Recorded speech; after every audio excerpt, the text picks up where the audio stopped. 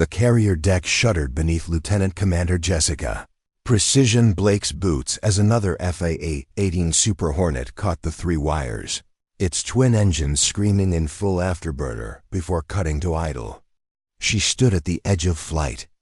Deck control, watching the organized chaos of night operations aboard the USS Constellation as it cut through the dark waters of the South China Sea. The smell of jet fuel and salt spray filled her nostrils, a combination that had become as familiar as breathing during her 8 years of naval aviation. Before we jump back in, tell us where you're tuning in from, and if this story touches you, make sure you're subscribed because tomorrow I've saved something extra special for you. Jessica pulled her flight jacket tighter against the ocean wind, her eyes automatically tracking the movements of the yellow-shirted aircraft directors as they guided the returning strike fighters to their parking spots. Each movement was choreographed, precise, calculated, exactly the way she approached everything in her life. It was 2,347 hours, and she'd been on deck for the past 4 hours. Not because she was scheduled for any flights, but because she couldn't sleep. Tomorrow's mission briefing kept running through her mind, and she knew that once again, she'd be assigned to the least critical role possible. "Blake, what are you doing out here?" The voice belonged to Lieutenant Commander Rick Hammer Morrison, her squadron mate and one of the more vocal critics of her flying style. His call sign said everything about his approach to combat aviation: direct, aggressive, overwhelming force. Jessica's call sign told a different story entirely. "Just watching the recovery," she replied, not taking her eyes off the flight. "Deck operations, making sure everyone gets back safely." Morrison stepped beside her, his own flight suit still damp with sweat from his evening combat air patrol mission. "You know, Blake, sometimes I wonder if you joined the wrong service. The Coast Guard is always looking for people who want to play it safe." Jessica felt the familiar sting of the comment, but kept her expression neutral. She'd heard variations of this criticism her entire career, starting back at the Naval Academy, where her tactical instructors had praised her technical knowledge while questioning her killer instinct. It had followed her through flight school, where she'd graduated second in her class but was consistently marked down for being overly cautious in simulated combat scenarios. "Someone has to make sure the aggressive pilots don't get themselves killed," she said evenly, finally turning to look at Morrison. "Statistics show that 73% of naval aviation combat losses are due to poor decision-making under pressure, not enemy action." Morrison laughed, but there was no humor in it. There she goes again with the statistics. "Blake, this isn't a classroom exercise. In real combat, hesitation gets people killed. The enemy doesn't care about your risk assessments." Before Jessica could respond, the 1MC shipwide announcing system crackled to life. "Flight quarters, flight quarters. All hands man your flight. Quarters stations for cyclic flight operations." The night's final recovery was beginning, and Morrison headed toward the island superstructure to debrief his mission. Jessica remained on deck, watching as the last 2 aircraft in the pattern prepared to land. The lead aircraft, piloted by Commander Sarah Viper Chun, the squadron's operations officer, approached the carrier with the kind of aggressive confidence that Jessica envied. Chun's F-A-18 seemed to attack the flight deck, slamming down onto the steel with barely controlled violence before catching the arresting wire. It was the kind of landing that looked spectacular and satisfied the adrenaline junkies, but Jessica couldn't help calculating the additional stress it put on the aircraft's airframe and landing gear. The second aircraft, flown by Lieutenant Tommy "Rookie" Patterson, took a different approach. Patterson was fresh out of the Fleet Replacement Squadron, barely 6 months into his first deployment, and his inexperience showed in every aspect of his flying. His approach was tentative, overcorrected, and he ended up taking a wave off from the landing signal officer when his aircraft drifted too far left of CENT ERLIN. Jessica watched Patterson's second approach with professional interest. The young pilot was clearly nervous, overcorrecting every small deviation and making the approach more difficult than it needed to be. This time he managed to catch the 4 wires, but his hook skip and subsequent firm engagement made several of the flight deck crew wince. "Not exactly a thing of beauty," observed Chief Petty Officer Martinez, the senior troubleshooter for VFA 94, Jessica's squadron. Martinez had been working carrier flight decks for 15 years and had seen every type of pilot the Navy produced. "He's learning," Jessica replied. "Give him time to build confidence." "Maybe," Martinez said, pulling out his maintenance logbook. "But confidence without competence can be dangerous. We've already had to replace his aircraft's tailhook twice this deployment because of hard landings." Jessica nodded, understanding the chief's concern. Aircraft maintenance was a constant battle aboard aircraft carriers, where every component was subjected to stresses far beyond what the original designers had intended. Salt air, catapult launches, arrested landings, and the constant vibration of carrier operations took their toll on even the most robust equipment. "What's the status on 301? Jessica asked, referring to her assigned aircraft by its side number. "She's ready to go," Martinez replied, consulting his logbook. "We replaced the starboard engine's fuel controller yesterday, and all systems checked out green. Your bird's been the most reliable in the squadron this deployment." That didn't surprise Jessica. She developed a reputation for being exceptionally gentle with her aircraft, something that drew criticism from some of her more aggressive squadron mates, but appreciation from the maintenance crews who had to keep the jets flying. While other pilots pushed their A-18s to the limits during training flights, Jessica focused on precise control inputs and smooth operation that minimized wear on critical components. "Thanks, Chief. I'll see you in the morning for the preflight." As the flight deck began to quiet down following the completion of night operations, Jessica made her way below decks to the squadron-ready room. The space was typical of carrier aviation facilities, cramped, functional, and covered with charts, notices, and the accumulated detritus of military life at sea. A few pilots were still debriefing their missions, their voices carrying the mixture of exhaustion and adrenaline that characterized post-flight discussions. Commander James "Skipper" Walsh, the squadron commanding officer, looked up from his paperwork as Jessica entered. "Blake, good timing. I want to talk to you about tomorrow's mission." Jessica felt her stomach tighten. The tone in Walsh's voice suggested another training sortie or reconnaissance mission, while the more aggressive pilots got the combat assignments. "Yes, sir. We're launching a major strike package against enemy positions on Mindanao Island. Intelligence indicates a heavily defended target complex with surface-to-air missile sites and fighter aircraft. It's going to be a challenging mission." Jessica's pulse quickened.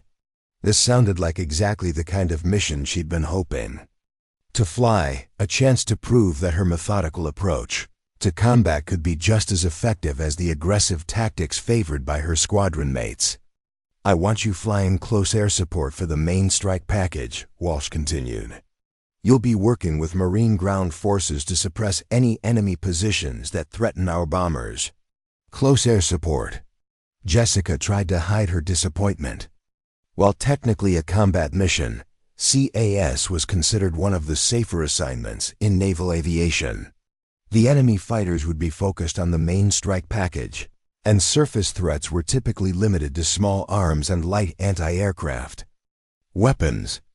It was exactly the kind of mission that squadron commanders assigned to pilots they considered too cautious for the more demanding air-to-air or deep strike roles. "Understood, sir," Jessica replied, maintaining her professional composure. "Blake," Walsh said, his voice taking on a slightly more personal tone, "I know you've been pushing for more challenging assignments. But in my experience, pilots who survive long enough to make a real difference are the ones who master the fundamentals first. Close air support requires precision, patience, and excellent communication skills, all areas where you excel." "Jessica, appreciated the commander's attempt to frame the assignment positively, but she understood the subtext. In Walsh's mind, she was a competent pilot who could be trusted with important but relatively safe missions. The high-risk, high-reward assignments would continue to go to pilots like Morrison and Chun, who projected the kind of aggressive confidence that senior officers associated with combat effectiveness. "Thank you, sir. I won't let you down." "No, you won't," Walsh replied, returning to his paperwork. "Brief is at 0630. Get some rest." Jessica left the ready room and made her way through the narrow corridors of the carrier toward her stateroom. The ship never truly slept. There was always the sound of footsteps, machinery, and muffled conversations echoing through the steel passageways. She passed the wardroom where off-duty officers were playing cards and discussing the day's missions, their voices animated with the kind of casual confidence that Jessica envied. Her stateroom was barely larger than a closet, with just enough space for a narrow bunk, a small desk, and a locker for her personal belongings. She sat on the edge of her bunk and pulled out a worn notebook that she'd been keeping since her first deployment. Inside were detailed notes on every mission she'd flown, complete with weather conditions, aircraft performance data, and lessons learned. Other pilots might rely on intuition and natural ability, but Jessica approached flying with the methodical precision of an engineer. She flipped to a fresh page and began writing her thoughts about tomorrow's mission. Close air support missions required careful coordination with ground forces, precise navigation to avoid fratricide, and the ability to deliver ordnance with surgical accuracy. The margin for error was small. A misplaced bomb could kill friendly forces, while delayed response to requests for fire support could cost Marine lives. Jessica had always excelled at these kinds of missions, precisely because of the qualities that other pilots criticized. Her cautious nature meant she triple-checked target coordinates and maintained constant communication with ground controllers. Her focus on precise flying techniques allowed her to deliver ordnance exactly where it was needed, when it was needed. But somehow, these successes never seemed to translate into recognition or advancement opportunities. A knock on her stateroom door interrupted her planning. "Come in," she called. Lieutenant Patterson stuck his head through the doorway, looking embarrassed. "Ma'am, I'm sorry to bother you, but I was wondering if I could ask you something. Preparing and narrating this story took us a lot of time. So if you are enjoying it, subscribe to our channel. It means a lot to us. Now back to the story." Jessica gestured for him to enter, noting the uncertain expression on the young pilot's face. Patterson was one of the few pilots in the squadron who didn't seem to buy into the mythology that aggressive flying was the only path to success in naval aviation. "What's on your mind, Tommy?" "It's about my landing tonight," Patterson said, settling into the small chair at Jessica's desk. "I know it wasn't pretty, and I've been having trouble with my approaches since we started this deployment. Some of the guys have been giving me advice, but it's all about being more aggressive, attacking the deck, not showing fear. The problem is, every time I try to fly like that, I seem to make more mistakes." Jessica closed her notebook and gave Patterson her full attention. She'd been in his position once, struggling to find her place in a culture that often confused recklessness with courage. "What specifically is giving you trouble?" "My lineup," Patterson replied. "I keep overcorrecting when I see myself drifting off centerline. The LSO keeps telling me to trust my instincts, but my instincts seem to be wrong half the time." Jessica nodded. She'd struggled with the same issue during her early career qualifications. "Tommy, can I ask you something? When you're flying an instrument approach on a clear day, do you look outside or do you stay focused on your instruments?" "Instruments, of course. That's what they're for." "Exactly. But when you're flying a carrier approach, everyone tells you to trust your instincts and fly by feel. The problem is, your instincts are based on land-based flying experience, and carrier approaches are completely different." Patterson leaned forward, interested. "What do you mean?" A carrier approach isn't about instinct or aggression, Jessica explained. It's about precise control and constant small corrections. When you see yourself drifting off center line, instead of making one large correction, make a series of small adjustments. Keep your scan moving between your instruments and the visual references, and don't try to force the aircraft into position. She pulled out a piece of paper and began sketching the carrier approach diagram. Think of it like threading a needle. You don't stab the thread through the eye. You make small, precise movements until everything lines up perfectly. Patterson studied the diagram. That makes sense. But what about the guys who say you have to attack the deck? Jessica smiled. Tommy, some pilots can make aggressive approaches look effortless because they have exceptional natural ability and thousands of hours of experience. But for most of us, consistency comes from technique, not aggression. There's nothing wrong with flying a controlled, precise approach. In fact, it's probably safer and puts less stress on the aircraft. Is that why they call you Precision? The question caught Jessica off guard. She'd always assumed her call sign was somewhat mocking, a reference to her overly careful nature. I suppose so. The maintenance guys love you, Patterson said. Chief Martinez told me that your aircraft has the lowest maintenance requirements in the squadron. He said you fly like you actually care about the machine. Jessica felt an unexpected surge of pride. She'd never considered that her flying style might be appreciated by anyone, even if it was just the maintenance crews. Tommy, let me give you some advice that no one gave me when I was starting out. Don't try to be someone else in the cockpit. Figure out what your strengths are and build on them. If you're naturally cautious and methodical, use that to your advantage. There's room in naval aviation for all types of pilots. Patterson nodded thoughtfully. Thank you, ma'am. That's the first advice I've gotten that actually makes sense. After Patterson left, Jessica returned to her mission planning, but her mind kept drifting to their conversation. For years, she'd been trying to prove that she could be as aggressive and instinctive as her squadron mates, but perhaps she'd been approaching the problem from the wrong angle. Maybe her cautious nature wasn't a weakness to overcome, but a strength to leverage. She opened her laptop and began researching the target area for tomorrow's mission. The intelligence reports showed a complex defensive network with multiple surface-to-air missile sites and an unknown number of enemy fighters. The Marine ground forces would be operating in close proximity to civilian populations, requiring extreme precision in targeting and timing. As Jessica studied the mission parameters, she realized that this assignment might be more challenging than she'd initially thought. The margin for error would be incredibly small, and the consequences of mistakes could be catastrophic. It was exactly the kind of mission where careful planning and precise execution would be more valuable than raw aggression. For the first time in months, Jessica felt genuinely excited about a flight assignment.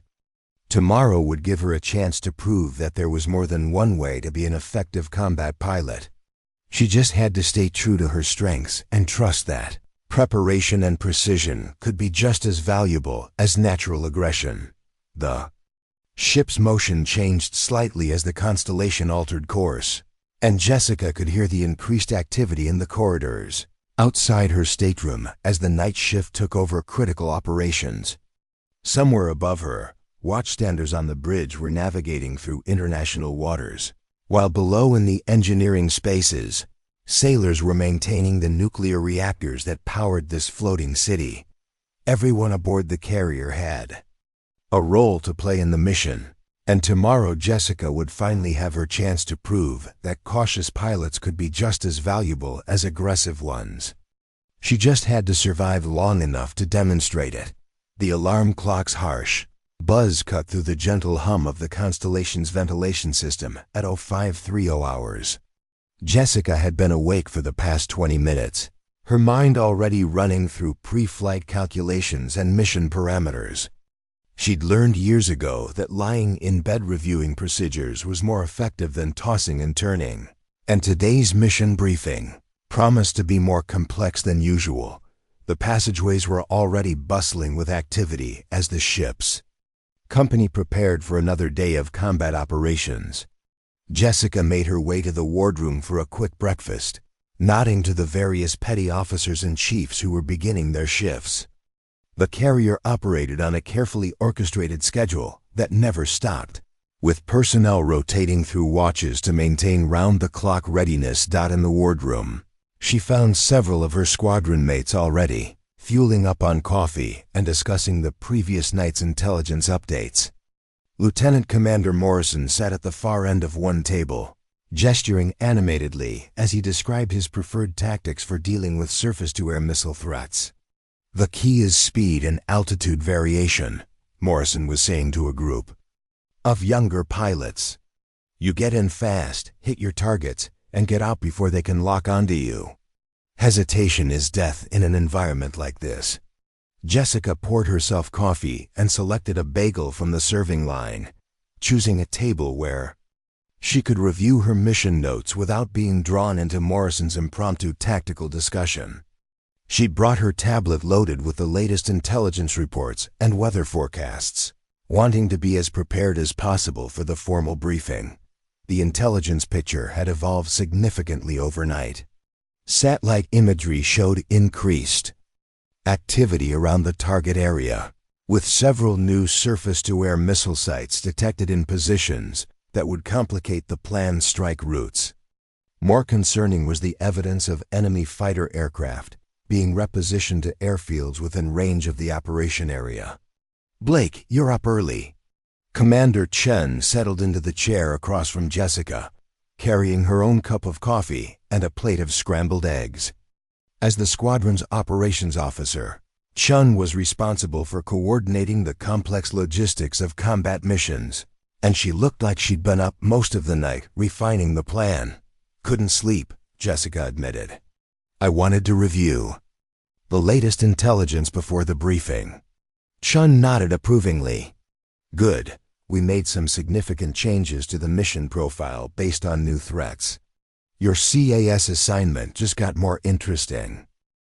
Jessica looked up from her tablet. "How so?" "The Marine ground forces are going to be operating much closer to defended positions than originally planned. Intelligence indicates that the enemy has moved civilians into several target areas, so precision is going to be absolutely critical. One misplaced bomb could create an international incident." This was exactly the kind of challenge that Jessica thrived on, even though she tried not to show her excitement.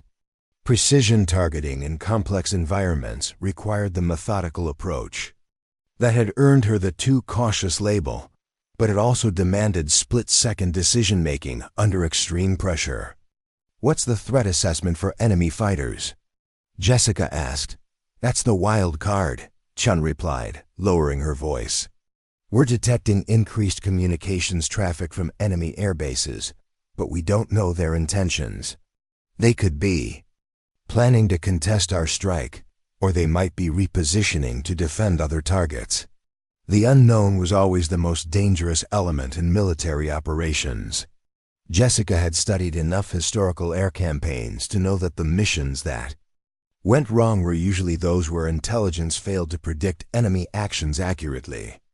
"Have we adjusted our combat air patrol coverage?"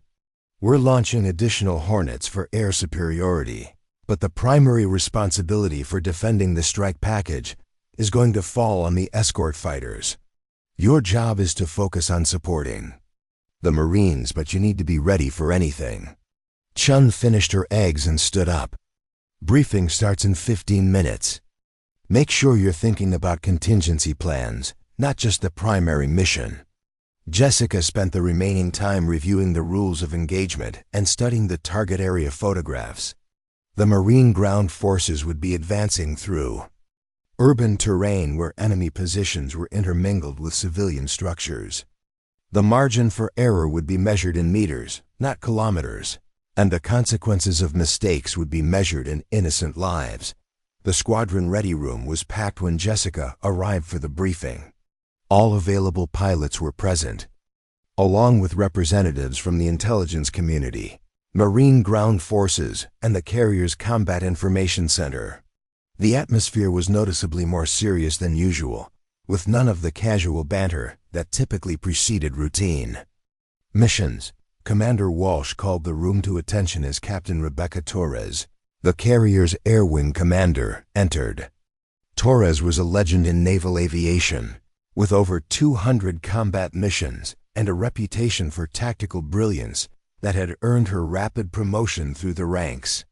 Her presence at this briefing indicated the mission's importance. "Gentlemen and ladies," Captain Torres began, "today's operation represents one of the most complex missions we've undertaken this deployment. The intelligence picture is fluid, the threats are significant, and the margin for error is essentially zero." She gestured to the large display screen at the front of the ready room, which showed a detailed map of the target area. Red symbols indicated known enemy positions, while blue symbols showed friendly force locations and planned movement routes. The enemy has been using civilian areas as shields for military operations, forcing our ground forces into close-quarters urban combat. They've also reinforced their air defenses with additional SAM sites and positioned fighter aircraft to contest our air superiority. Jessica studied the map intently, noting the complex overlay of threats and friendly positions. The target area looked like a three-dimensional chess game where every move would have cascading consequences. "Lieutenant Commander Blake," Captain Torres called out, causing Jessica to snap to attention. "Your close air support mission is critical to the success of this operation. The Marines will be advancing through heavily defended urban terrain, and they're going to need immediate, accurate fire support." "Yes, ma'am, I understand. The challenge is that intelligence reports indicate enemy forces are deliberately positioning themselves near civilian structures. Your targeting decisions will be scrutinized at the highest levels of command. We need surgical precision, not overwhelming firepower." Jessica felt every eye in the room focused on her.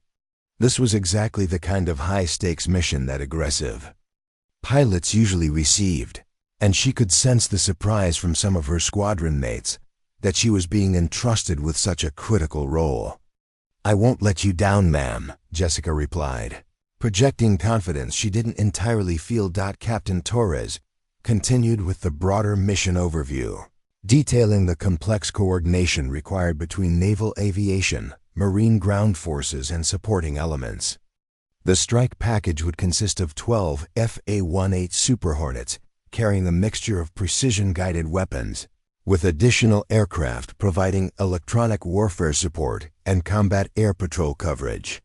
"The enemy's fighter threat is our biggest unknown," Torres explained. "Satellite intelligence shows increased activity at 3 airbases within 200 nautical miles of the target area. We're detecting communications traffic that suggests they're planning some form of response, but we don't know the timing or scale." Lieutenant Commander Morrison raised his hand. "Ma'am, what's our engagement posture if enemy fighters attempt to intercept?" "Rules of engagement are defensive only unless you're directly threatened or the strike package is under attack. We don't want to escalate this into a broader conflict, but we will defend ourselves and our mission." The briefing continued for another 30 minutes, covering weather conditions, communication procedures, and emergency protocols. Jessica took careful notes, but her mind was already working through the tactical challenges she would face. Close air support in urban environments required constant communication with ground controllers, precise navigation to avoid fratricide, and the ability to make split-second targeting decisions under extreme pressure. After the formal briefing concluded, the pilots broke into smaller groups for specialized mission planning. Jessica found herself working with Major David "Tank" Rodriguez, the Marine Air Controller who would be coordinating her support missions from the ground. Rodriguez was a compact, intense man with the kind of quiet competence that Jessica immediately respected. He spread out detailed maps of the urban target area, pointing out specific buildings and intersections where his Marines would likely need fire support. The enemy has been smart about their defensive positions, Rodriguez explained. They're using civilian buildings as cover, knowing that we can't just level everything without causing massive collateral damage. Your job is going to be threading the needle, taking out specific threats without harming innocent people. Jessica studied the maps, noting the complex three-dimensional nature of urban combat. What kind of weapons are you requesting? Small diameter bombs primarily, maybe some cannon work if we can get clear separation between enemy positions and civilians. The key is going to be real-time intelligence and constant communication. Situations are going to change rapidly, and you'll need to adapt on the fly. This was exactly the kind of mission that played to Jessica's strengths. While other pilots might rely on instinct and aggression, urban close air support required methodical analysis and precise execution. Every weapon release would need to be carefully calculated based on target location, friendly positions, and civilian presence. What's your communication setup? Jessica asked. I'll have direct radio contact with you throughout the mission. We've also got drone coverage providing real-time video, so you'll be able to see exactly what we're dealing with before you engage any targets. Rodriguez pulled out his own tablet, showing Jessica examples of previous urban combat scenarios. The enemy has been using a combination of sniper positions, machine gun nests, and improvised explosive devices to slow our advance. They're good at blending in with civilian populations and then revealing themselves only when they're ready to engage. Jessica nodded, understanding the complexity. How do we distinguish between combatants and civilians in real time? That's the million-dollar question, Rodriguez admitted. We've got rules of engagement that require positive identification of hostile intent, but in urban combat, that distinction can be very difficult to make. That's why we need pilots who can think clearly under pressure and make precise decisions quickly. The implicit compliment wasn't lost on Jessica. Rodriguez was trusting her with one of the most challenging missions in modern warfare, precisely because of the qualities that other pilots criticized. I've reviewed your previous CAS missions, Rodriguez continued. Your record for accuracy and zero civilian casualties is impressive. That's exactly what we need for this operation. Jessica felt a surge of professional pride. While her squadron mates were earning recognition for aggressive flying and dramatic combat stories, she'd been quietly building a reputation for precision and reliability that mattered where it counted most, with the ground forces who depended on air support. Major, can I ask you something? Jessica said. In your experience, what separates effective CS pilots from ineffective ones? Rodriguez considered the question carefully. The best CAS pilots are the ones who understand that their job isn't to be heroes, it's to be invisible enablers. When close air support works perfectly, the Marines on the ground accomplish their mission without ever feeling like they were in serious danger. The pilot's job is to eliminate threats so efficiently that the ground forces can focus on their objectives. This perspective was completely different from the fighter-pilot culture that dominated naval aviation. In air-to-air combat, individual skill and aggression were paramount. But in close air support, success was measured by how effectively you enabled someone else's mission. The pilots who struggle with CAS are usually the ones who are looking for dramatic moments and individual glory. Rodriguez continued. But the reality is that good close air support is boring to watch. You eliminate threats methodically, efficiently, and with minimal drama. The excitement is in the precision, not the spectacle. Jessica found herself nodding enthusiastically. This was exactly how she approached flying, but she'd never heard it articulated so clearly. The planning session continued for another hour, with Rodriguez walking Jessica through specific scenarios and potential challenges. They discussed communication, protocols, emergency procedures, and coordination with other air assets. By the time they finished, Jessica felt confident that she understood both the mission requirements and her role in the broader Operation Dot. As she left the ready room to begin her pre-flight preparations, Jessica encountered Lieutenant Patterson. In the corridor, the young pilot looked nervous, clutching his own mission materials and clearly struggling with pre-flight anxiety. "How are you feeling about today, Tommy?" Jessica asked. "Honestly, ma'am, I'm terrified," Patterson admitted. "This is my first major combat mission, and everyone keeps talking about how dangerous it's going to be." Jessica could see herself in Patterson's expression, the combination of excitement and fear that characterized every pilot facing their first serious test. "What's your assignment?" "Combat Air Patrol. I'm supposed to provide air cover for the strike package and engage any enemy fighters that try to interfere with the mission." This was exactly the kind of assignment that Jessica had been hoping for, but she pushed down any feelings of envy. Patterson needed encouragement, not additional pressure. "Tommy, remember what we talked about last night.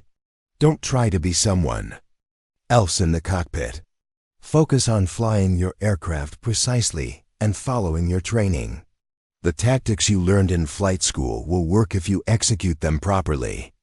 Patterson nodded, but Jessica could see he was still struggling with confidence. "What if I freeze up?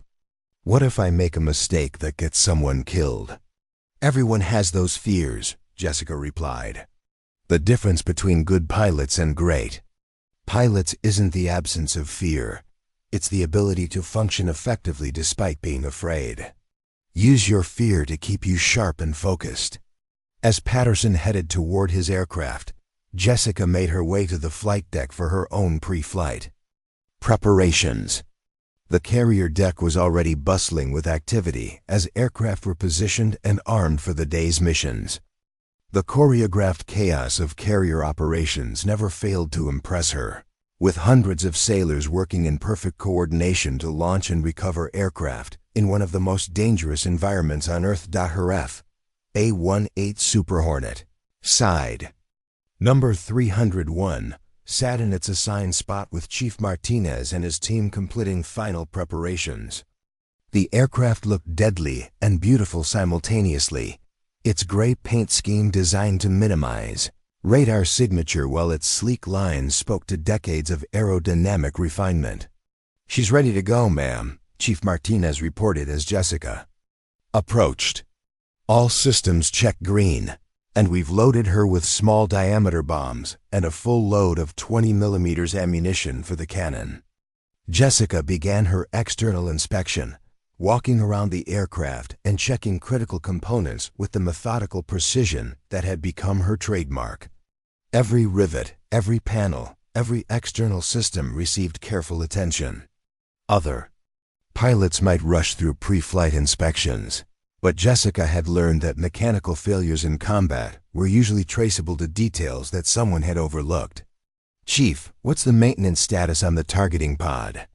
"Brand new installation," Martinez replied proudly. "We replaced the entire unit yesterday, and it's been thoroughly tested. You'll have the best targeting capability in the fleet." As Jessica continued her inspection, she found herself thinking about the complexity of the mission ahead. In a few hours, she would be flying over hostile territory, making split-second decisions that could determine the success of a Marine ground operation and potentially affect the broader strategic situation. The weight of responsibility was both terrifying and exhilarating. For years, she'd been asking for exactly this kind of opportunity. Now that it was here, she would finally have the chance to prove that cautious, methodical pilots could be just as effective as their more aggressive counterparts. The only question was whether she could execute under pressure. When lives were literally hanging in the balance, the catapult officer's hand signal was crisp and decisive, pointing directly at Jessica's F-A-18 Super Hornet as it sat tensioned on Catapult 2 of the USS Constellation. Through her helmet visor, Jessica could see the organized chaos of the flight deck crew making final preparations for launch. The familiar pre-launch routine that she'd performed hundreds of times suddenly felt charged with new significance as the weight of today's mission settled on her shoulders. Hawkeye 301, you are cleared for launch, came the voice of the air boss over the radio. Winds are 285 at 28 knots, altimeter 30.12, have a good flight. Jessica ran through her final checks one more time, her eyes scanning the instrument panel with practiced efficiency. Engine parameters were nominal, flight controls responded correctly, and all defensive systems showed green.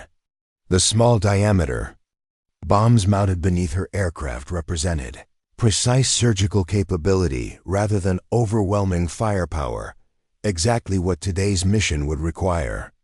Tower, Hawkeye 301 ready for launch, Jessica transmitted, settling back in her ejection seat and bracing for the violent acceleration that would propel her from 0 to 150 knots in less than 3 seconds.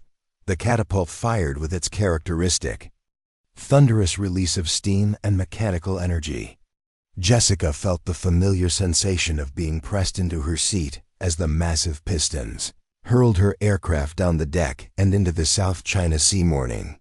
Within seconds, she was airborne and climbing away from the carrier, the deep blue water falling away beneath her wings. Hawkeye 301 airborne, switching to departure control, she radioed. Banking left to join the planned route toward the target area. Hawkeye 301, departure control, radar contact. Proceed to waypoint Alpha and contact Red Crown on frequency 315.4. Jessica settled into the familiar rhythm of single-seat fighter flying, monitoring her navigation systems while maintaining awareness of other aircraft in the area. The strike package was launching in carefully timed intervals with different aircraft, assigned to various phases of the complex operation. Through her radar display, she could see the electronic signatures of her squadron mates as they formed up for their respective missions. The flight toward the target area would take approximately 45 minutes, giving Jessica time to review her tactical plans and communicate with Major Rodriguez's Marine ground team. As she leveled off at her assigned altitude of 15,000 feet, she switched to the tactical frequency that would connect her with the ground controllers. Viper 6, this is Hawkeye 301, checking in for close air support, Jessica transmitted. Hawkeye 301, Viper 6, good to hear your voice, came Rodriguez's reply. We're currently 15 minutes out from the initial objective. Intelligence update. We've got confirmed enemy movement in buildings 7 and 12 of the target complex. They appear to be setting up defensive positions. Jessica consulted her tactical display, which showed a real-time overlay of the urban target area based on drone surveillance and satellite imagery. Buildings 7 and 12 were both mixed-use structures that likely contained civilian residents in addition to the enemy fighters who were now occupying them.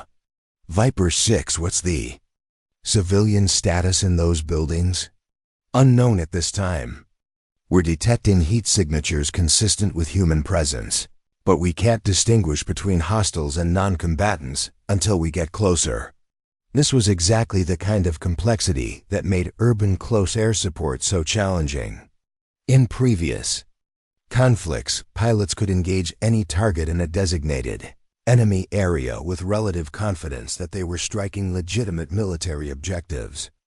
But in this environment, every potential target required individual assessment and positive identification before weapons could be employed. Hawkeye 301, be advised we're also tracking increased radio traffic from enemy air defense units. They know something is coming, but we don't think they've identified our specific objectives yet. Jessica acknowledged the intelligence update while scanning her defensive systems display. The threat warning receiver was currently quiet, indicating no immediate radar locks or missile guidance signals, but that could change rapidly once they entered the target area.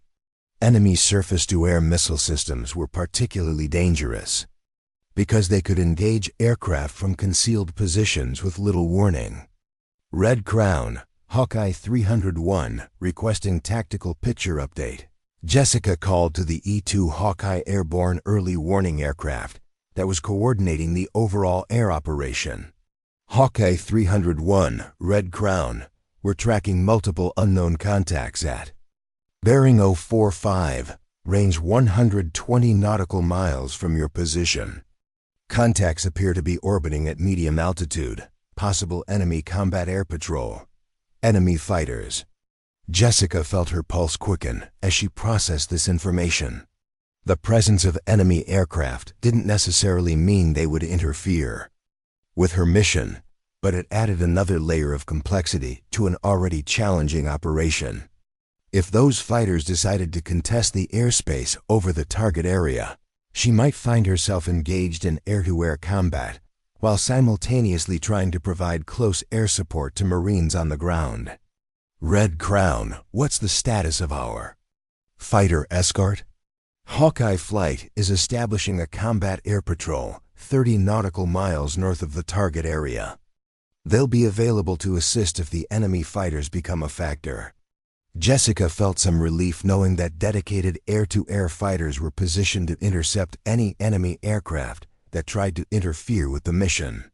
Lieutenant Commander Morrison was leading the fighter escort, and despite her personal feelings about his aggressive approach to flying, she respected his skills in air-to-air combat. As they approached the target area, Jessica began receiving real-time video feeds from unmanned aerial vehicles that were providing surveillance coverage of the Marine ground operation.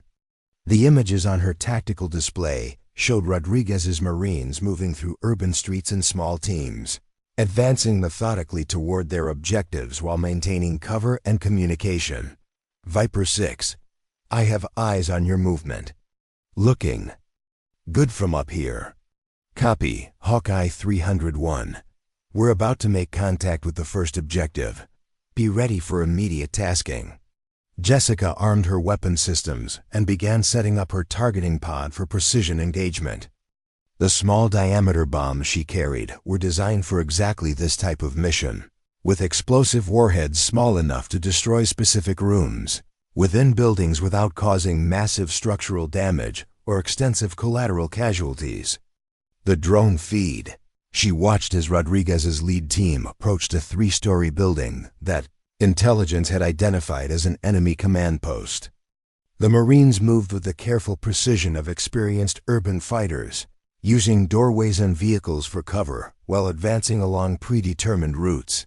Suddenly, muzzle flashes erupted from second-story windows of the target building. Unmanned aircraft's cameras clearly showed enemy fighters firing automatic weapons down at the Marine positions, forcing Rodriguez's men to take cover behind concrete barriers and abandoned vehicles. Hawkeye 301 were taking effective fire from Building 7, second floor, east-facing windows. Rodriguez's voice came over the radio with the controlled urgency of a professional soldier under fire. I need immediate suppression of those positions. Jessica immediately began lining up her targeting pod on the specified building, using the precise coordinates that Rodriguez was transmitting. Through the high-resolution camera, she could see the muzzle flashes from enemy weapons and the impacts of their fire on Marine positions below. Viper 6, I have eyes on the target building. Confirm you want engagement on the second floor, east side? Affirmative, Hawkeye 301. I've got positive identification of enemy combatants in those windows. You are hot. Jessica made final adjustments to her targeting solution, ensuring that her small diameter bomb would impact precisely where it was needed. The challenge was hitting the specific rooms where enemy fighters were positioned without damaging other parts of the building that might contain civilians. Hawkeye 301, rifle. Jessica called as she released her first weapon. The small diameter bomb separated from her aircraft and began its guided flight toward the target.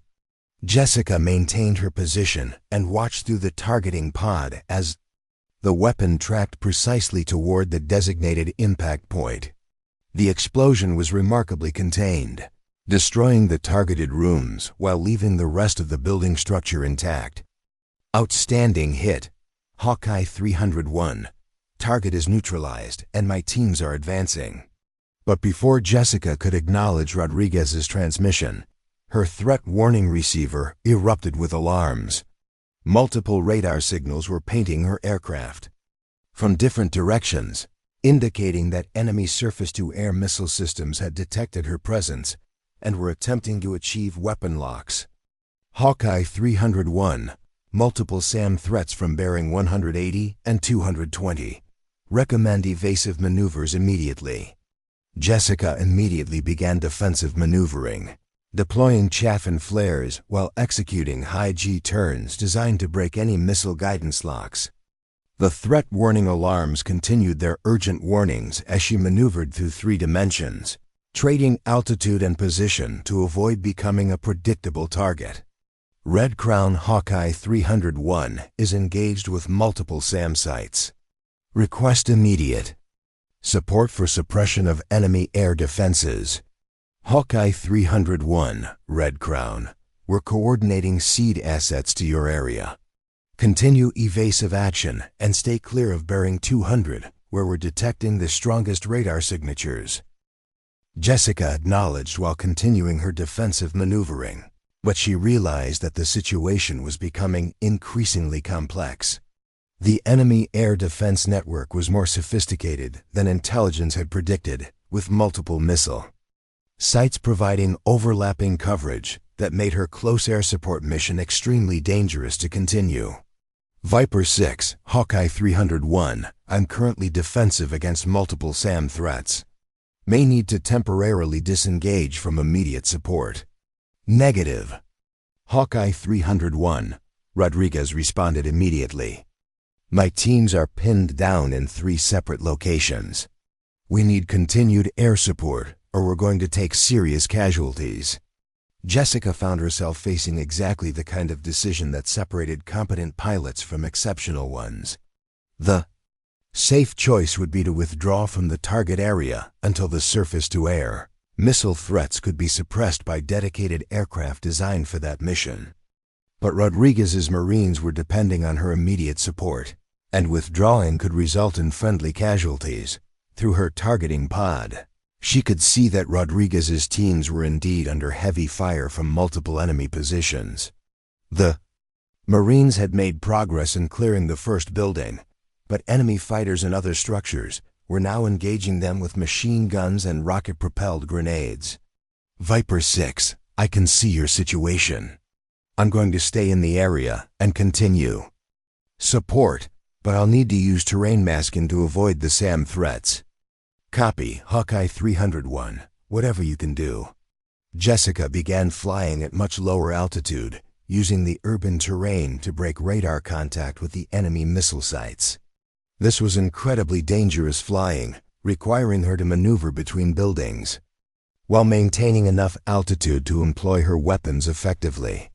The margin for error was measured in feet rather than hundreds of feet, and any mistake could result in controlled flight into terrain.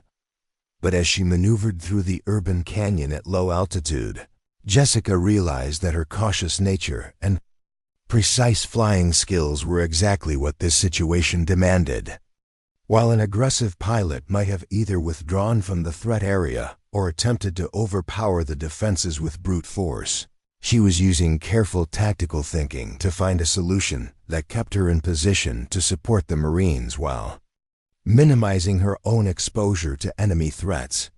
Viper 6, I'm back in position for close air support. What do you need? Hawkeye 301, I've got enemy machine gun positions in Building 12, 3rd floor. They're preventing my second team from advancing toward their objective. Jessica immediately began setting up another targeting solution, this time while flying at low altitude to avoid the surface-to-air missile threats. The complexity of simultaneously managing defensive maneuvering, precision targeting, and communication with ground forces was pushing her skills to their absolute limits.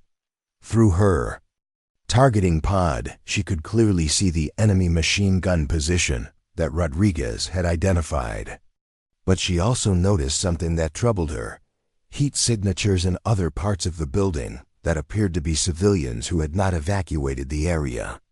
Viper 6, I'm seeing potential civilian presence in the target building. Do you have any information on non-combatant status? Negative, Hawkeye 301. Intelligence reports were unclear on civilian evacuation status. Use your best judgment for minimizing collateral damage. This was exactly the kind of decision that Jessica had trained for, but hoped never to face in real combat. She needed to eliminate the enemy machine gun position to protect Rodriguez's Marines, but she also had to avoid harming innocent civilians who might be trapped in the same building. Jessica studied the targeting solution carefully, using the precise guidance capabilities of her small-diameter bombs to plan an impact point that would neutralize the enemy position while minimizing blast effects on other parts of the building.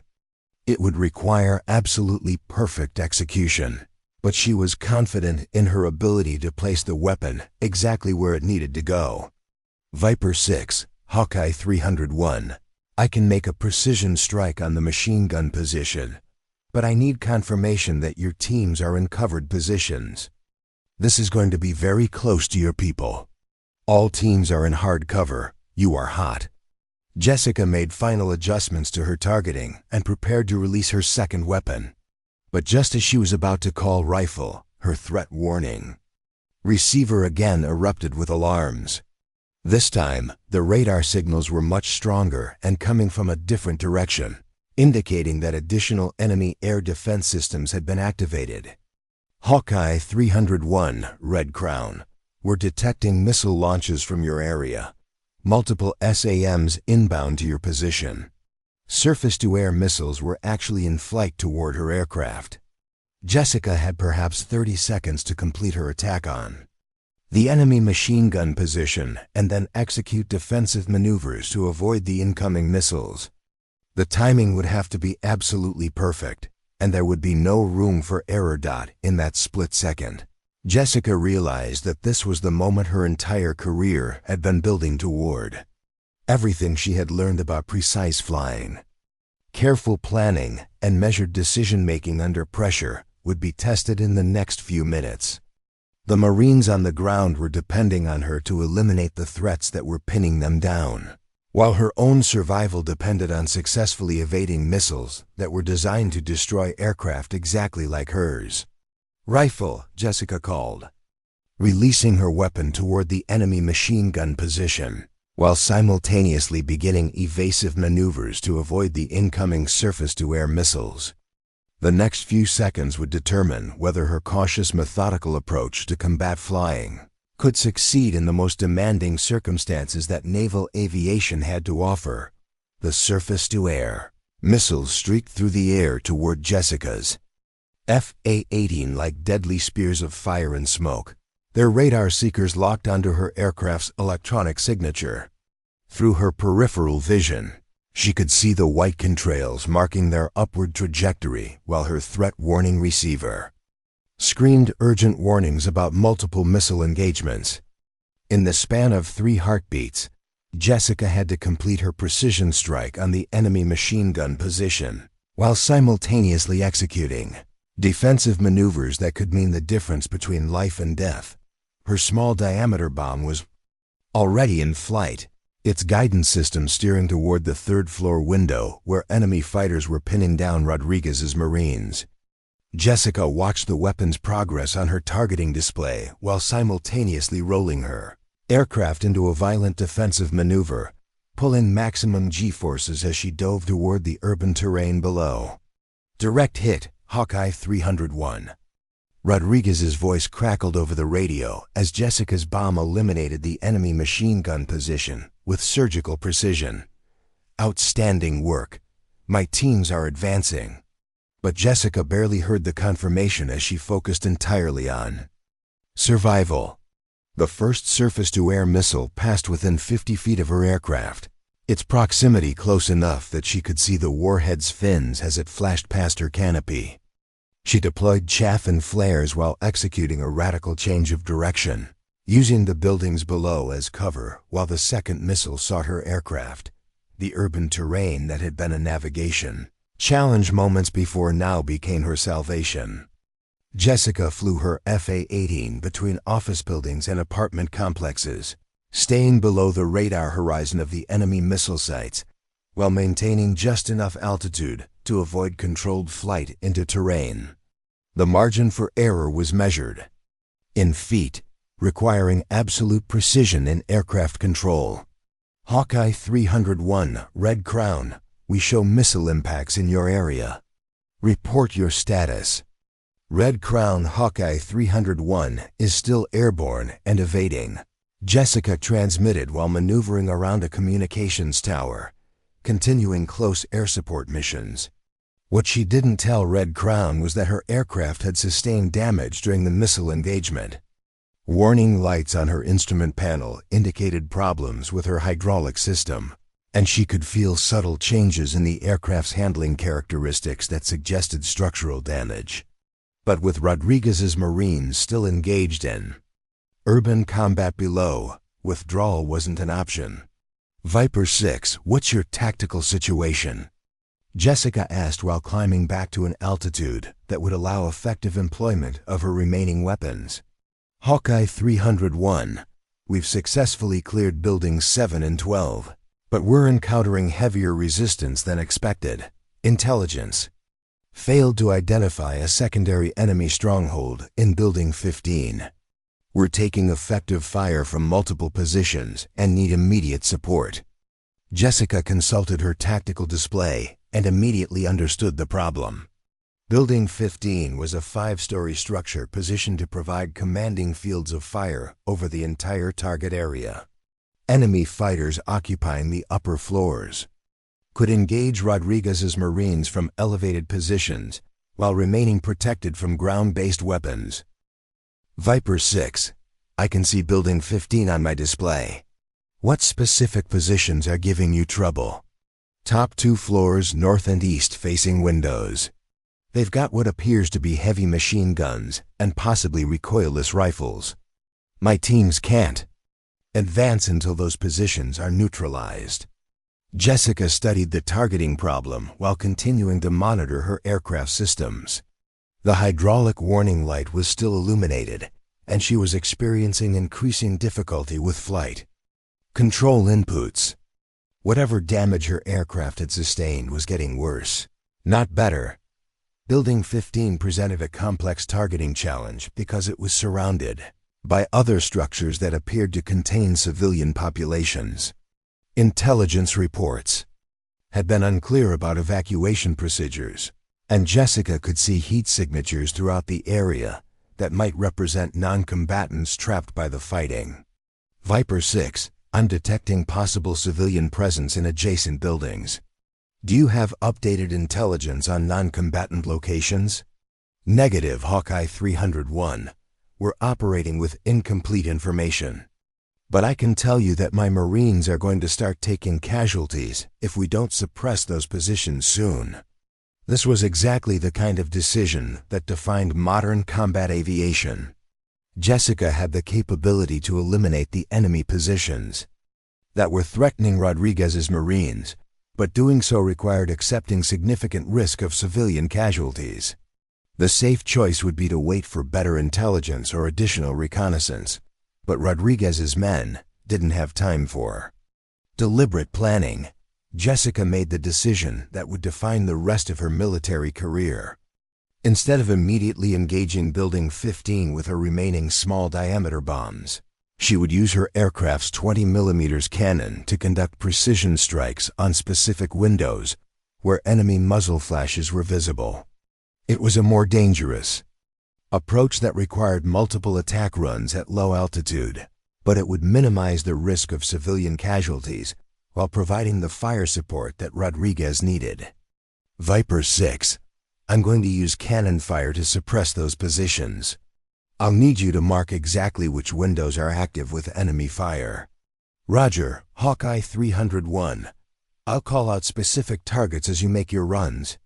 Jessica armed her cannon and began setting up for a strafing attack on Building 15.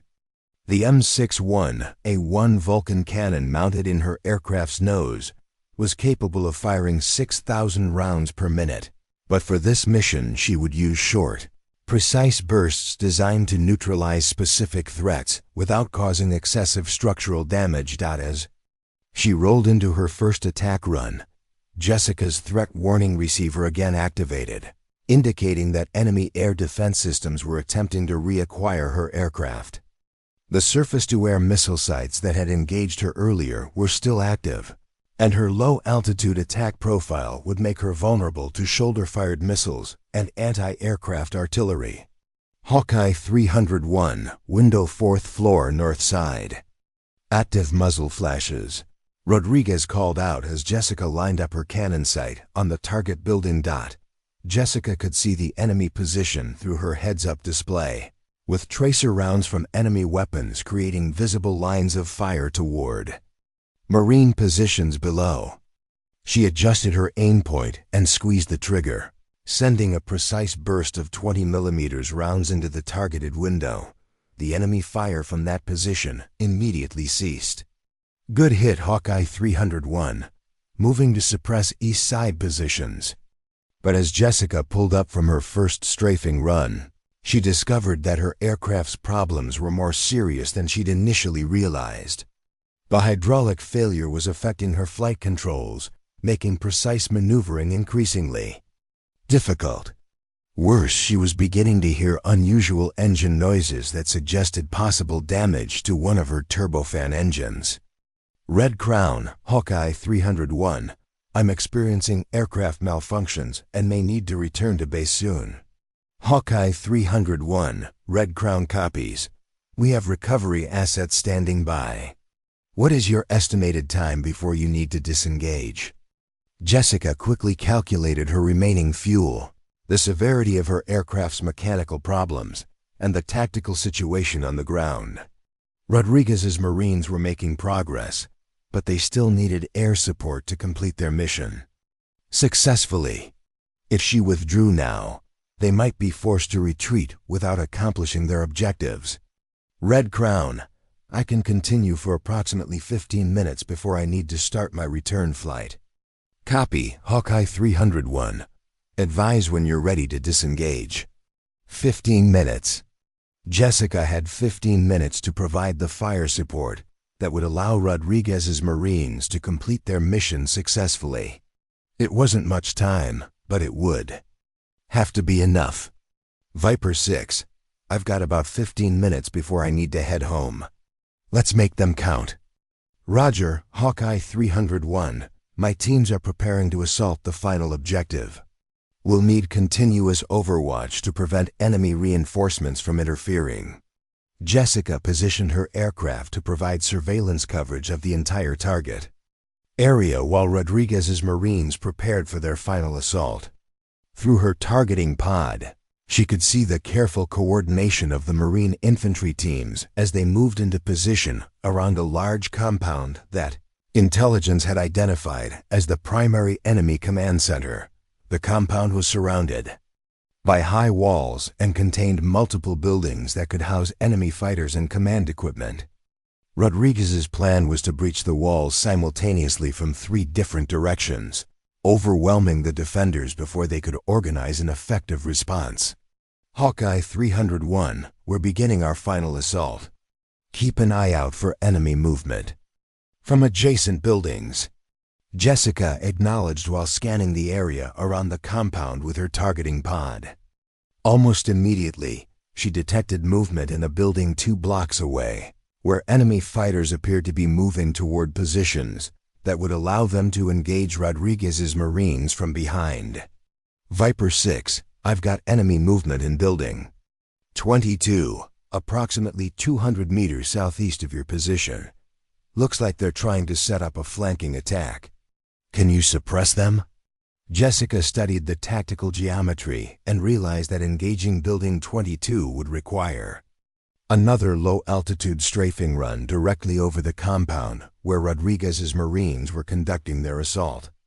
With her aircraft's degraded flight controls and possible engine problems, it would be an extremely dangerous approach. But as she watched the enemy fighters moving into flanking positions, Jessica understood that Rodriguez's mission would fail if those positions weren't neutralized. The Marines were committed to their assault and couldn't withdraw to deal with the flanking threat. Viper 6, I can engage them, but I'm going to have to make a low-altitude gun run directly over your position.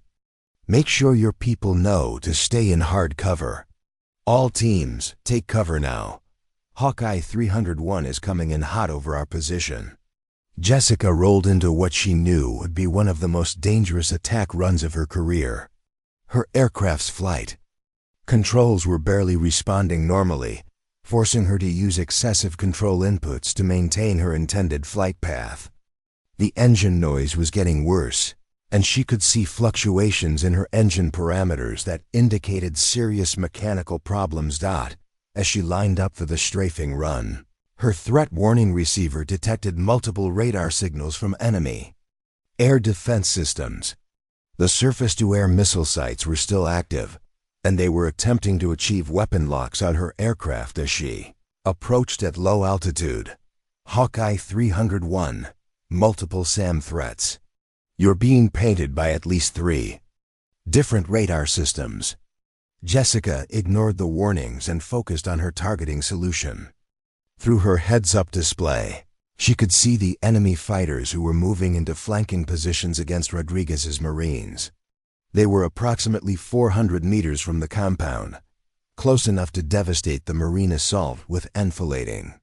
Fire, rifle, Jessica called as she opened fire with her cannon, walking 20mm rounds across the building where enemy fighters were positioning themselves. The high-explosive incendiary rounds detonated on impact, eliminating the flanking threat, and allowing Rodriguez's Marines to continue their assault without interference. But as Jessica pulled up from her strafing run, catastrophe struck.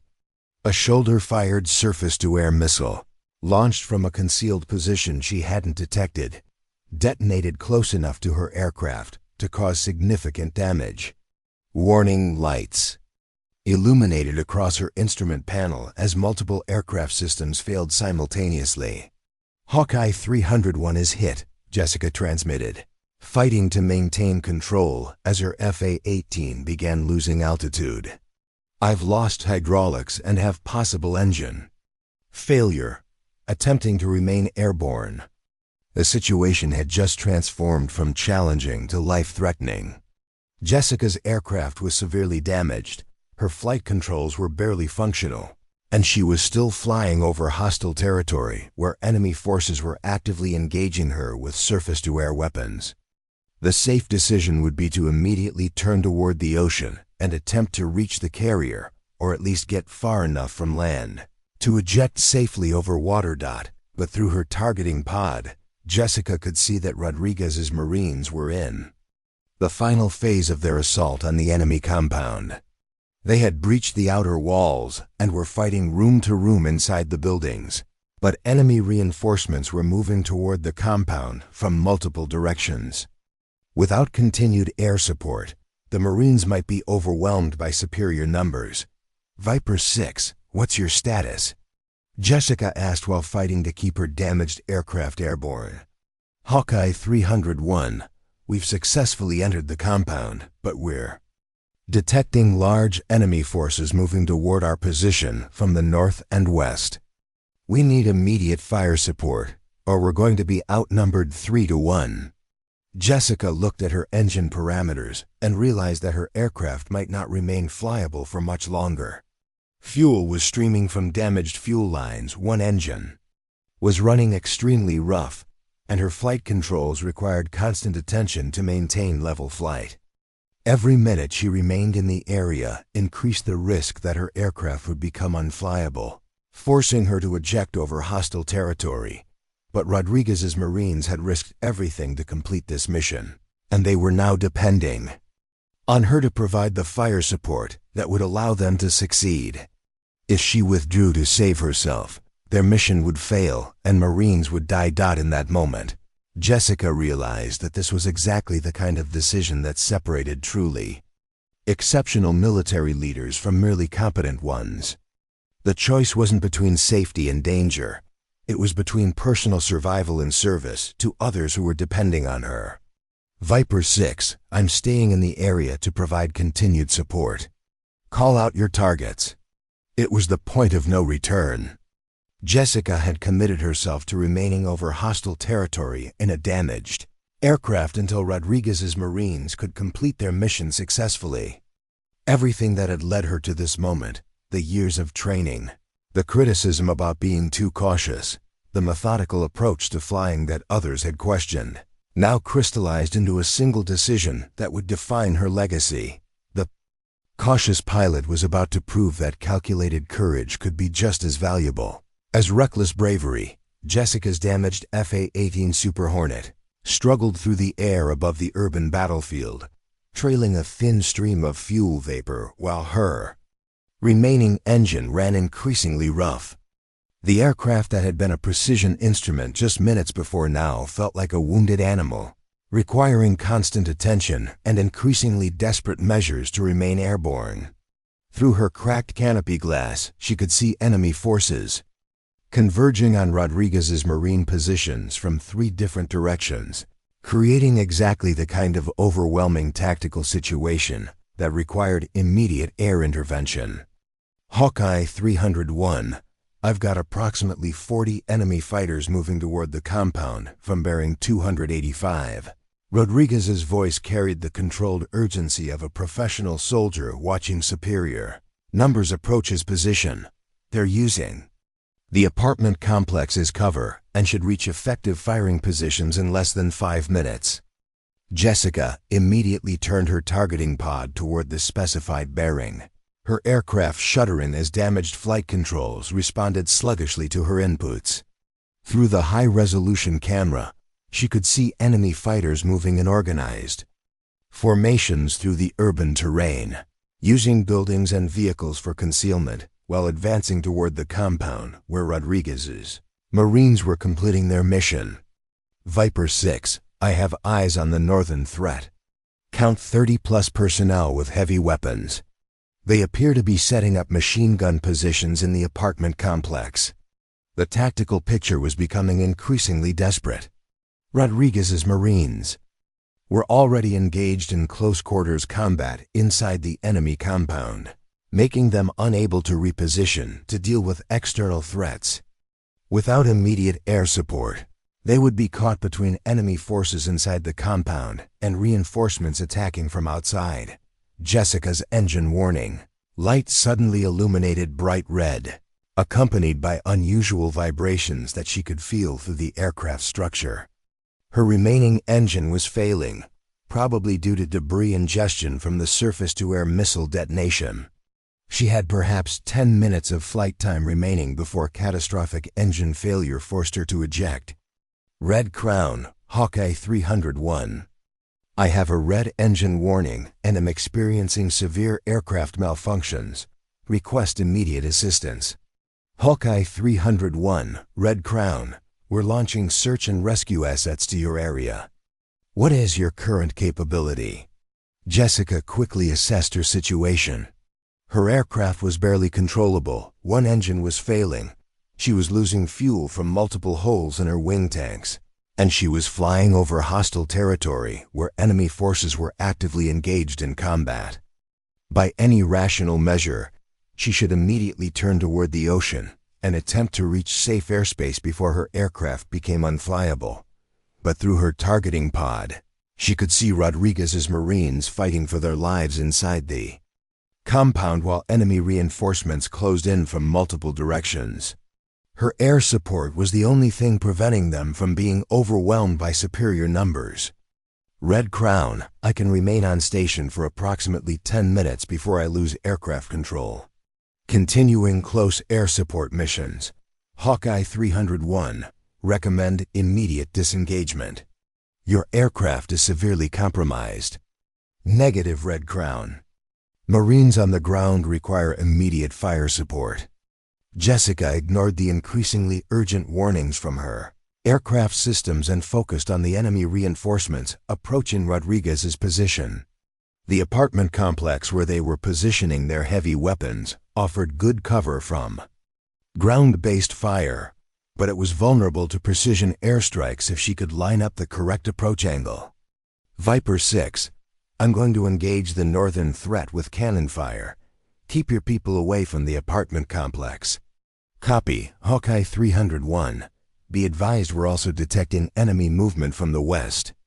Large force moving through the commercial district. Jessica's heart sank as she realized the full scope of the tactical situation. Enemy forces weren't just approaching from one direction. They were conducting a coordinated assault from multiple axes, designed to overwhelm Rodriguez's Marines through sheer numbers.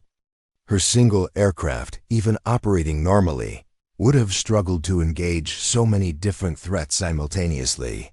With her damaged A-18 barely remaining airborne, the mission was becoming impossible. But as Jessica studied the tactical display, she noticed something that might provide a solution. The enemy forces approaching from different directions would have to converge on the compound through a series of narrow streets and alleys that created natural choke points.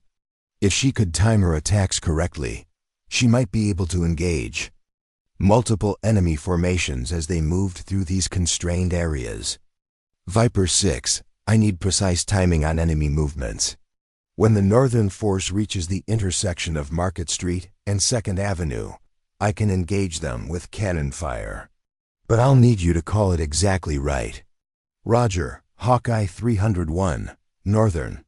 Force is currently 3 blocks away from that intersection. Estimate 2 minutes until they reach your engagement zone. Jessica used the brief respite to assess her aircraft's remaining capabilities. Her cannon ammunition counter showed 180 rounds remaining, enough for perhaps 3 or 4 short bursts if she was extremely precise with her targeting. Her fuel quantity was dropping rapidly due to damaged wing tanks, and the engine temperature gauge was climbing steadily toward the red line. More critically, she was beginning to lose hydraulic pressure in her flight control system. The A-18's fly-by-wire controls were becoming increasingly unresponsive, requiring larger control inputs to achieve the same aircraft movements. Soon, the aircraft would become uncontrollable regardless of engine status. Hawkeye 301, this is Lieutenant Commander Morrison. I'm inbound to your position with 2 additional aircraft. Hold on, help is coming. Morrison's voice over the radio provided the first moment of hope Jessica had felt since her aircraft was damaged. The fighter escort that had been providing combat air patrol coverage was finally able to assist with the close air support mission. Hammer 01, Hawkeye 301. Be advised I'm operating with severe aircraft damage and may lose control at any time. The Marine ground forces need immediate fire support on multiple enemy formations. Copy, Hawkeye 301. We'll take over the mission. You need to get out of there. But Jessica could see through her targeting pod that the northern enemy force was approaching the intersection where she had planned to engage them. Morrison's aircraft was still several minutes away, and Rodriguez's Marines couldn't wait for additional air support to arrive. Hammer 01, negative. I'm already in position for immediate engagement. Take over after I complete this attack run. Jessica rolled her damaged aircraft into a shallow dive toward the intersection where enemy forces would be exposed to cannon fire. Her flight controls were barely responding, requiring full-scale deflection to achieve modest changes in aircraft attitude. The engine vibration was getting worse, and she could smell smoke beginning to enter the cockpit. Viper 6, call the shots when the northern force enters the engagement zone. Hawkeye 301, enemy forces approaching the intersection. Approaching ... in the zone now. You are hot. Jessica lined up her cannon sight on the narrow street where approximately 30 enemy fighters were moving in formation toward Rodriguez's position. At this range, her 20mm rounds would be devastating against personnel in the open, but she would only get one opportunity before her aircraft became uncontrollable. She squeezed the trigger and held it down, walking cannon rounds across the enemy formation while her aircraft shook violently from the gun's recoil. The high explosive incendiary rounds detonated among the enemy fighters, creating chaos and eliminating the immediate threat to Rodriguez's northern flank. Outstanding hit, Hawkeye 301. The northern threat is neutralized. But as Jessica pulled up from her strafing run, her aircraft's engine finally succumbed to the damage it had sustained. The turbofan wound down with a grinding metallic noise. That signaled complete mechanical failure, leaving her flying a powerless glider over hostile territory. Mayday, mayday, Hawkeye 301 has lost engine power and is going down. I'm attempting to reach the ocean for water ejection. Jessica immediately turned her aircraft toward the South China Sea, approximately 15 nautical miles away. Without engine power, her A-18 had the gliding characteristics of a streamlined rock, losing altitude at approximately 10,000 feet per minute. Basic mathematics told her that she would impact the ground before reaching safe ejection airspace. Over water. Hawkeye 301, Red Crown. We have search and rescue assets positioning for water recovery. Maintain current heading toward the ocean. Red Crown, I don't think I can make it to the water. My aircraft is losing altitude too rapidly. Jessica was now faced with the prospect of ejecting over hostile territory where enemy forces would certainly capture or kill her before any rescue could be attempted. The prudent decision would be to eject immediately while she still had sufficient altitude for her parachute to deploy properly, but through her targeting pod, which was still functioning despite the engine failure, she could see that Rodriguez's Marines were under attack from the Western enemy force that she hadn't been able to engage. Without immediate air support, they would be overwhelmed within minutes. Hammer 01, what's your position? Jessica asked while calculating how much altitude she could trade for forward distance. Hawkeye 301, we're still 2 minutes out. You need to eject now while you have sufficient altitude. 2 minutes. Jessica had perhaps 90 seconds before her aircraft would be too low for safe ejection, and Morrison's fighters needed 2 minutes to reach the target area. The mathematics were brutally simple. If she ejected now to save herself, Rodriguez's Marines would be overrun before additional air support could arrive. Viper 6, what's the status of the Western threat? Hawkeye 301, Western forces moving through the commercial district and should reach effective firing positions in approximately 60 seconds. We need immediate air support. Jessica made a decision that would have been impossible for the cautious pilot she had been just hours before. Instead of ejecting to save herself, she would use her remaining altitude and forward airspeed to conduct one final attack on the enemy forces threatening Rodriguez's Marines. Hammer 01, I'm going to make one more gun run before I eject. Take over immediately after my attack. Negative, Hawkeye 301. You don't have enough altitude for another attack and a safe ejection. I understand the risks. Engaging Western threat now. Jessica pushed her powerless aircraft into a steep dive toward the commercial district, where enemy forces were advancing on Rodriguez's position. Without engine power, she had only one opportunity to line up correctly and engage the target before her aircraft impacted the ground. The dive also gave her additional airspeed, making her aircraft more responsive to control inputs despite the failed hydraulic systems. She lined up her cannon sight on the street where enemy fighters were advancing in column formation, their movement predictable and concentrated as she dove toward the target. Jessica realized that she might not have sufficient altitude remaining for ejection after completing the attack.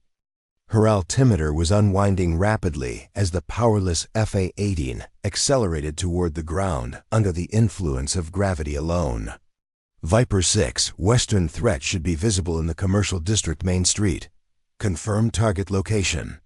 Hawkeye 301, I have visuals on the Western force. There are approximately 40 personnel with heavy weapons, moving in column formation down Commerce Avenue, but you're too low for safe engagement. Jessica ignored Rodriguez's warning and lined up her final attack. Through her heads-up display, She could see the enemy formation exactly where Rodriguez had described. They were concentrating their forces for a final assault on the compound, making them vulnerable to accurate cannon fire.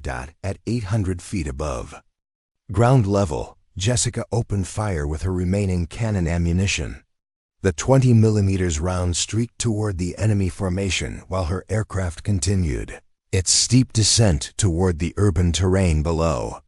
She held the trigger down until her ammunition was completely exhausted, then immediately pulled back on the controls to recover from the dive. Direct hit, Hawkeye 301. Western threat is neutralized. My Marines are secure. But Jessica's recovery from the dive had cost her precious altitude, and she was now below the minimum ejection envelope. Her aircraft was pointed toward a dense urban area where ejection would result in her parachute, carrying her directly into hostile territory with no possibility of rescue. Hawkeye 301, you're too low for ejection over the city. You need to turn toward open terrain immediately. Jessica looked ahead and saw that the urban area extended for several miles in every direction except toward the southeast, where there appeared to be open agricultural fields approximately 3 miles away. If she could stretch her glide to reach those fields, she might be able to eject over terrain where search and rescue forces could recover her. But 3 miles was optimistic for an aircraft that was already below 500 feet and losing altitude. Rapidly, she would need to use every bit of aerodynamic efficiency available to extend her glide far enough to reach safe ejection airspace. Jessica began jettisoning every piece of equipment that wasn't essential for aircraft control. Her external fuel tanks, targeting pod, and defensive countermeasures dispensers all fell away, reducing aircraft weight and drag. She also configured her aircraft for maximum lift-to-drag ratio, trading airspeed for maximum gliding distance. Hammer 1. I'm attempting to reach open terrain southeast of the target area for ejection. Take over close air support for Viper 6. Copy, Hawkeye 301. We have the mission. Focus on getting yourself home. Jessica's powerless A-18 skimmed over rooftops and power lines as she stretched every foot of altitude into maximum forward distance. Her altimeter showed 200 feet and decreasing as the agricultural fields finally appeared ahead of her aircraft. She had perhaps 10 seconds before the aircraft would impact the ground. Ejecting now, Jessica called over the radio as she pulled the ejection handle with barely 100 feet of altitude remaining. The ejection seat fired with explosive force, launching Jessica clear of her doomed aircraft just seconds before it impacted a rice field in a massive fireball. Her parachute had barely enough altitude to deploy properly, and she hit the ground hard, rolling across muddy terrain before coming to rest in a drainage ditch at the edge of the field. For several seconds, Jessica lay motionless, testing her body for serious injuries while listening to the sound of her F-A-18 burning in the distance. Remarkably, aside from some bruises and a possible sprained ankle, she appeared to be largely uninjured. Any station. This is Hawkeye 301. I'm down in agricultural terrain approximately 5 miles southeast of the target area. I'm mobile but need immediate extraction. Hawkeye 301. This is Hammer 01. We have your position marked and search and rescue is inbound. Hold tight, help is coming.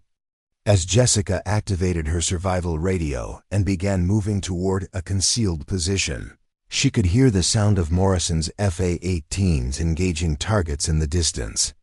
The mission would continue, but her part was finally over. She had transformed from a pilot criticized as too cautious into someone who had literally sacrificed her aircraft to ensure mission success. The methodical approach that others had questioned had enabled her to continue fighting long after an aggressive pilot might have been forced to withdraw, and her careful calculations had allowed her to remain effective even with a catastrophically damaged aircraft. Now she just had to survive long enough to be rescued, Jessica crouched in the muddy drainage ditch at the edge of the rice field, her flight suit torn and stained from the hard landing, while the black smoke from her destroyed A-18 Super Hornet rose into the afternoon sky like a funeral pyre.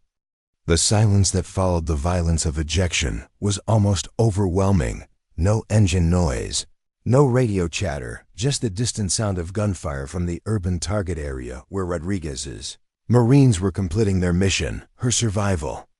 Radio crackled to life with Morrison's voice, cutting through the eerie quiet of the agricultural landscape. Hawkeye 301, Hammer 01 has successfully engaged the remaining enemy forces. Viper 6 reports mission complete. They've secured the compound and captured high-value targets. Your air support made the difference. Jessica felt a surge of exhaustion, mixed with professional satisfaction. Despite everything that had gone wrong, the surface-to-air missile damage, the engine failure, the crash landing, the mission had been successful. Rodriguez's Marines had accomplished their objectives, and the intelligence gathered from the enemy compound would likely save lives in future operations. Hammer 01, Hawkeye 301, outstanding work. What's the status of search and rescue? Hawkeye 301, Dustoff 72 is inbound to your position, ETA approximately 12 minutes. Can you move to a more open area for pickup? Jessica assessed her physical condition more carefully. Her left ankle was definitely sprained, and she had numerous cuts and bruises from the ejection and landing, but nothing appeared to be seriously injured. More importantly, she needed to ensure that she was in a defensible position until the rescue helicopter could arrive. The rice field where she had landed was approximately 3 miles from the urban target area where enemy forces had been active. While Morrison's strikes had eliminated the immediate threats to Rodriguez's Marines, there was no guarantee that other enemy fighters weren't operating in the surrounding countryside. Jessica activated her GPS locator and began moving toward a small cluster of farm buildings about 200 meters away. The structures would provide better cover than the open field, and the cleared area around them would give the rescue helicopter room to land safely.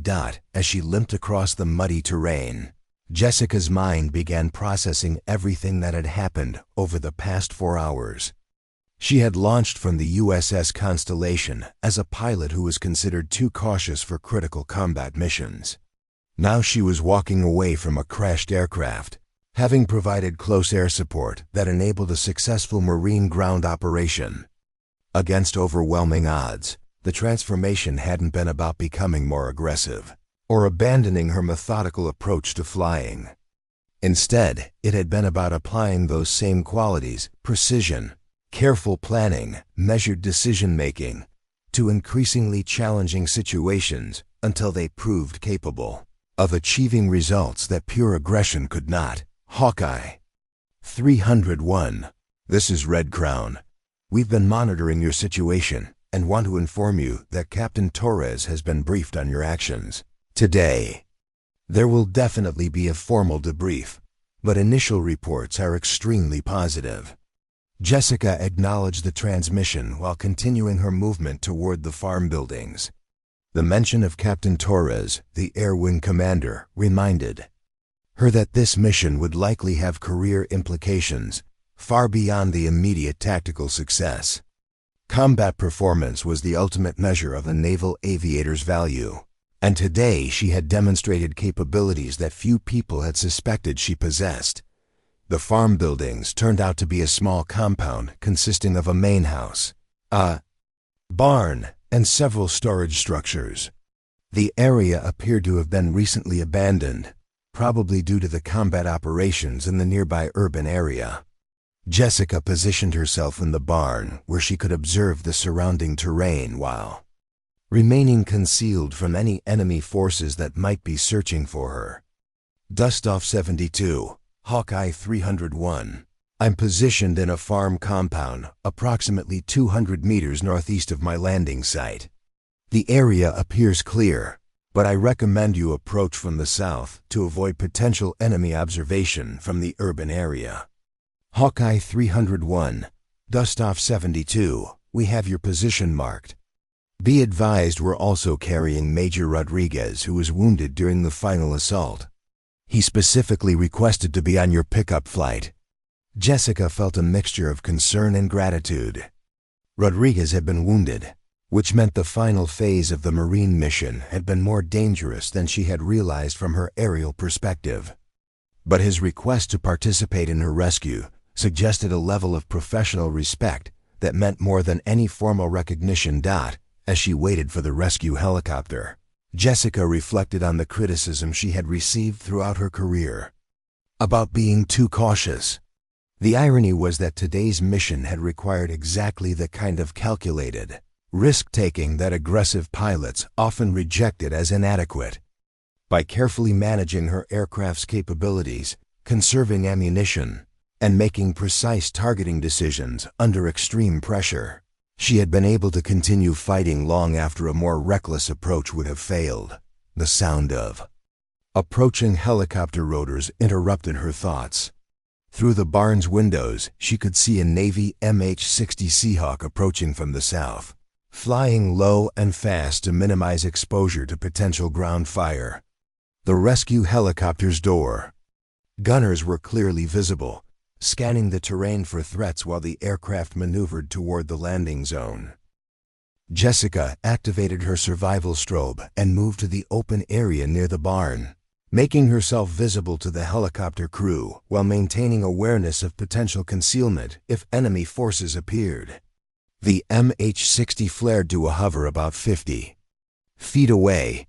Its rotor was creating a dust storm that reduced visibility to almost zero. Hawkeye 301, this is Dustoff 72. We have you in sight. Move to the aircraft when you're ready. Jessica ran toward the helicopter despite her sprained ankle, covering the distance as quickly as possible while the aircraft remained vulnerable to ground fire. Strong hands pulled her aboard the rescue helicopter, and she found herself face to face with Major Rodriguez, whose left arm was in a sling and whose face showed the effects of close-quarters combat. Captain Blake, Rodriguez said over the helicopter's intercom system, I wanted to personally thank you for what you did today.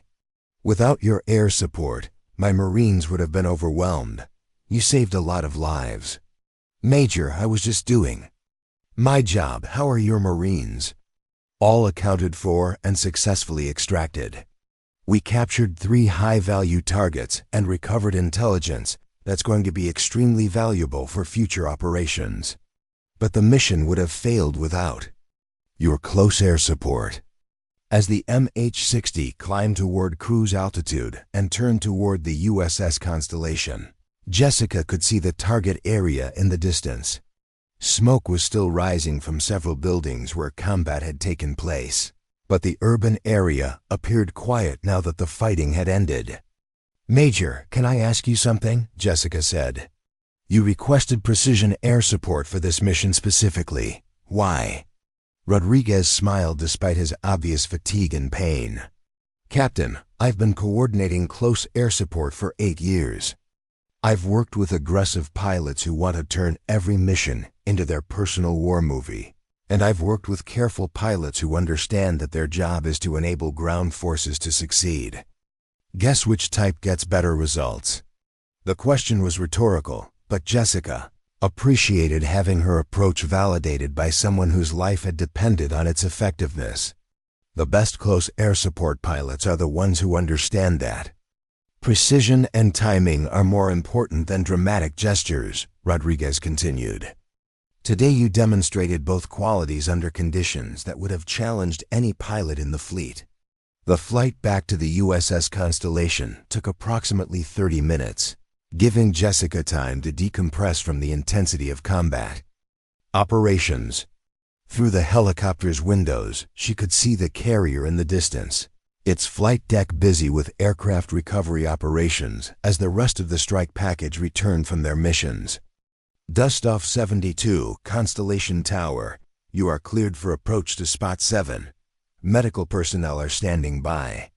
As the rescue helicopter settled onto the carrier's flight deck, Jessica could see dozens of sailors and officers waiting near the landing area. Word of her actions had apparently spread throughout the ship, and the reception committee included Commander Walsh, her squadron commanding officer, along with several other senior officers she didn't immediately recognize.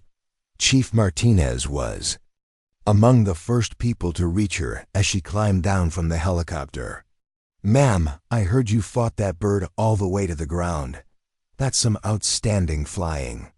"Chief, I'm sorry about the aircraft. I know how much work you put into keeping her ready." Martinez shook his head. "Captain, aircraft can be replaced. Pilots like you can't be. I'm just glad you made it home." Commander Walsh approached with what appeared to be a mixture of pride and amazement. "Blake, I've been getting reports about your mission all afternoon. Captain Torres wants to debrief you personally, but first you need to get checked out by medical." The ship's medical facility was a short walk through the carrier's interior corridors, and Jessica found herself accompanied by a small crowd of well-wishers as word of her actions continued to spread.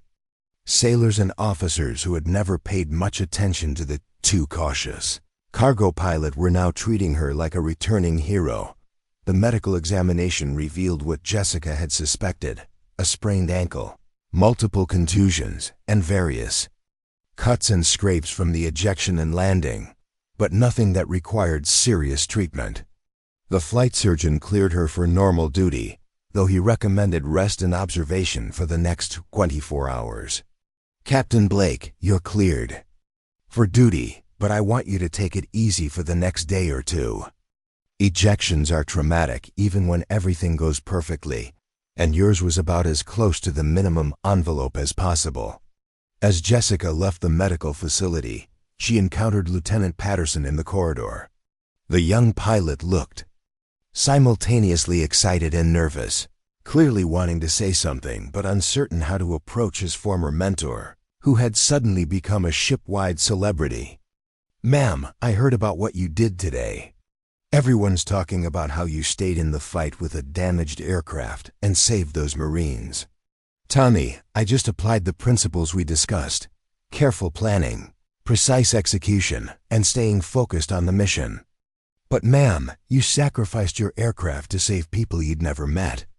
"That's not about flying technique, that's about courage." Jessica considered Patterson's observation carefully. She had spent so many years focusing on the technical aspects of flying that she hadn't fully appreciated the moral and leadership dimensions of combat aviation. Today's mission had required not just precise flying skills, but also the willingness to accept personal risk for the benefit of others. "Tommy, courage isn't about not being afraid. It's about doing what's right despite being afraid. The technical skills are important, but they're only valuable if you're willing to use them when it matters most." Patterson nodded thoughtfully. "Ma'am, after today, I don't think anyone will ever call you too cautious again." Jessica smiled at the irony. The too cautious label that had followed her throughout her career had finally been transformed by a mission that required exactly those qualities that others had criticized. Her methodical approach, careful planning, and precise execution had enabled her to achieve results that aggressive flying alone could never have accomplished. Captain Torres was waiting in the flag bridge when Jessica arrived for her debrief. The Air Wing commander's expression was serious but not unfriendly, and she gestured for Jessica to take a seat across from her desk. "Captain Blake, I've been receiving reports about your mission all afternoon. Before we begin the formal debrief, I want you to know that your actions today represent the highest traditions of naval aviation." "Thank you, ma'am. I was just doing my job." "Captain, what you did today went far beyond anyone's definition of just doing your job. You remained in hostile airspace with a severely damaged aircraft to provide close air support that enabled a critical mission to succeed. That's exactly the kind of leadership and dedication that the Navy needs from its officers." Captain Torres opened a folder on her desk. I've already spoken with Major Rodriguez and reviewed the preliminary after-action reports. Your precision targeting, communication with ground forces, and decision-making under extreme pressure were exceptional. You're going to be recommended for the Distinguished Flying Cross, and I'm personally recommending you for promotion to commander. Jessica felt a surge of professional pride mixed with disbelief.